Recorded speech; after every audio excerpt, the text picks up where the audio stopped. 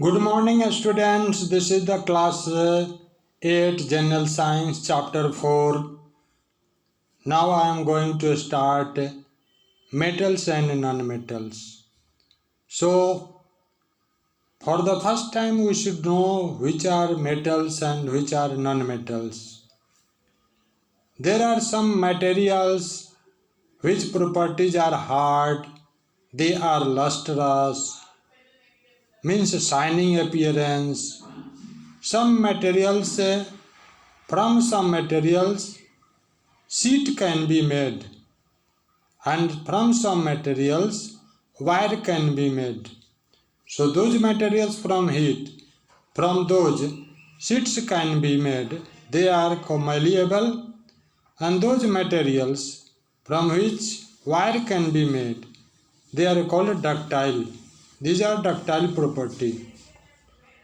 And some materials produces sonorous sound or ringing sound, as we see bell sound. They are good conductor of heat and light. So this type of materials are called metals. Example: aluminium, gold, copper, silver, etc. Now there are some materials, they are soft, they have dull appearance. From them sheet cannot be made, from them wire cannot be made, so they are non-malleable, non-ductile.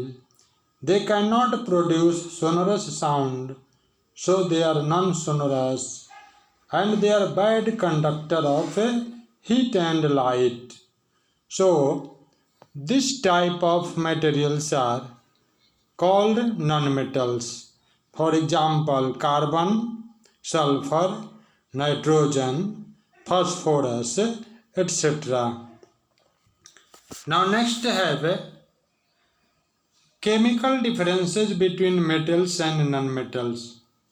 What are the chemical differences between metals and nonmetals? Metals react with oxygen and form basic oxide.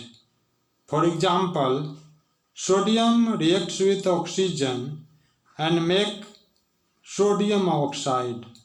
Magnesium reacts with oxygen and form magnesium oxide. Calcium reacts with oxygen and form calcium oxide. So metallic oxides are called basic oxide. Now, basic oxide change the color of red litmus paper into blue litmus paper. So basic oxide change the color of red litmus paper into blue litmus paper. Now next, basic oxide dissolve in water and form bases. Bases are bitter in taste. For example, sodium hydroxide, calcium hydroxide, magnesium hydroxide, all these are the example of bases. Now next, nonmetals. Nonmetals are those substances which react with oxygen and form acidic oxide. Example: carbon dioxide, sulfur dioxide, nitrogen oxide. All these are the example of a non-metallic oxide or acidic oxide. Now next, acid oxide change blue litmus paper into red. Acid oxide change blue litmus paper into red. And next, acidic oxide dissolve in water and form acid. For example, sulfur oxide, sulfur dioxide dissolve in water and form sulfuric acid. Nitrogen oxide react in water, dissolve in water and form nitric oxide. Carbon dioxide react with water or dissolve in water and form carbonic oxides. So what we have seen that acidic oxide dissolve in water and form acid. Now we discuss some reaction of sodium with water. Sodium is highly reactive. It reacts vigorously with water and generates a lot of heat. So it is stored in kerosene oil. Once again, we repeat, sodium is highly reactive.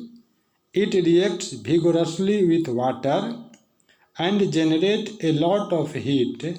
So it is stored in kerosene oil. Now we discuss the reaction of metal with acid. Here you are seeing one conical flask have, one beaker have, exit pipe have. So in conical flask, if we take copper and we add sulfuric acid, then what happens? That the sulfuric acid has no color. This one look like water color. So as we add sulfuric acid and copper flanges, copper cutting in conical flask, this starts a reaction. So it reacts and form copper sulfate solution. Its color is blue color and hydrogen gas evolve during this reaction. So now next have zinc and sulfuric acid.